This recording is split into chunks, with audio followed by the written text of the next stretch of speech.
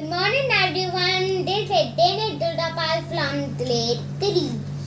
Today I am doing my fifth experiment. My fifth experiment name is blowing balloon experiment. For that I need water, salt and balloon. First of all I will add on balloon.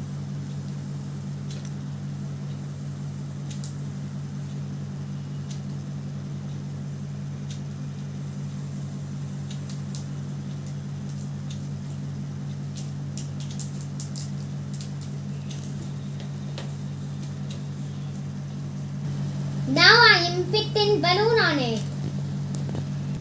Now I am keeping balloon up. The inner will go inside.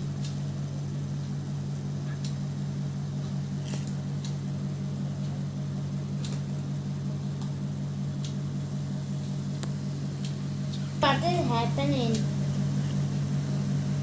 The balloon is blowing.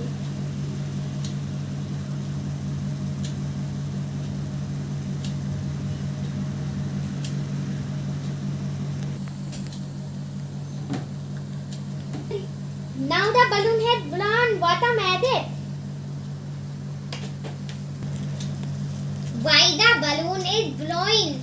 Because when reacts with water, it pollutes gas,